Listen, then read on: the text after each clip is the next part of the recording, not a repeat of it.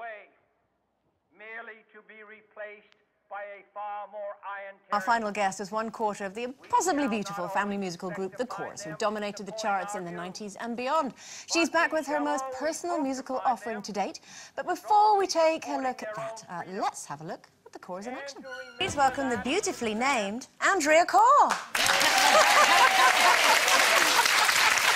Hello. I kind of like Angela. You liked Angela? OK. So how are you, missus? Are you all right? I'm good, thanks. Very good, yes. Now, we haven't seen you for a little while. What have you been up to? Oh, well, lots of things. I've got this record out now, which is of old songs. It's different for me this time. And, yeah, I did some plays. I did a couple of plays. One here in London and one in Ireland. And I got married. You've been busy. Yeah, very nice. nice Stuff going on, yeah. When did you get married? 2009. 2 years ago. Nearly 2 years ago. What made you decide to go into acting? I thought you were going to say to get married. What made you? Was that something you always did? It was something I've always loved to do, and from growing up. But obviously, with the band, there wasn't much time to indulge that passion. But yeah, I got more time over the last few years. You're going to do some more? Oh, I'd love to. I only finished Jane Eyre in the Gate in Dublin in February.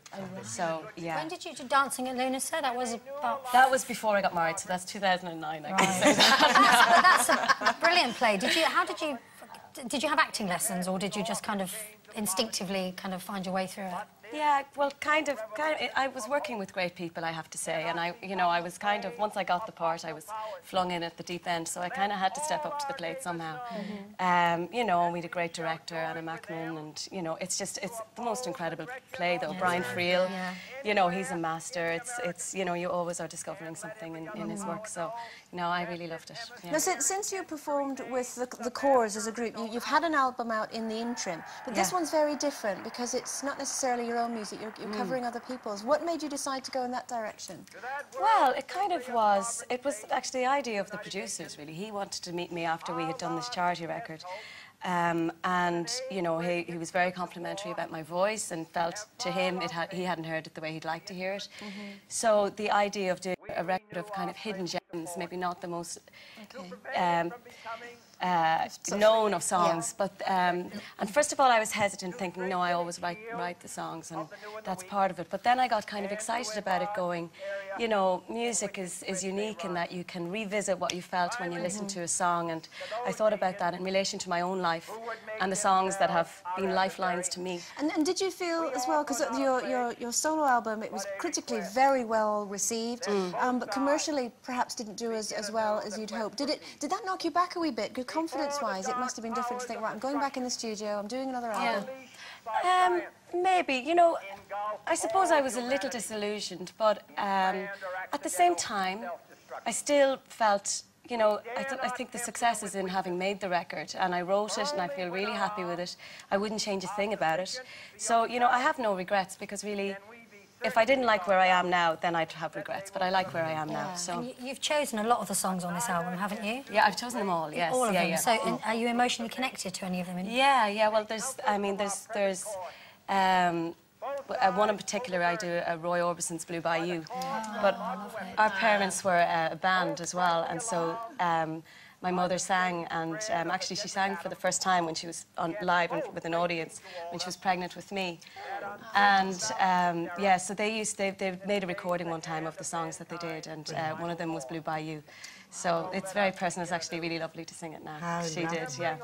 Now, would that families, would that suggest that you might like to be singing perhaps one day with a little person inside you? That's on the cards, I would love that, yeah. Very good. Love it. Very nice. Well, we look forward to that then. And obviously, you've not necessarily performed with the Corrs for a wee while, but you're a family, so you can never actually split up, I suppose. No, do you just kind of go off, do your own thing, and then do you think you'd ever get back together as a band at all? Or? I think it's pretty likely, yeah. We never got a chance to kind of go on our individual path in our 20s like most people do. that's okay. We had a shared passion for the music, but it's kind of good that everybody's getting a chance to fulfill their own particular destiny right now. But I think that it's pretty probable that we'll do something again. Talking about achieving anyway, so are you a family of achievers? Or did that come from your mother and father? I have to say, they had a naive, like they had an incredible belief in us.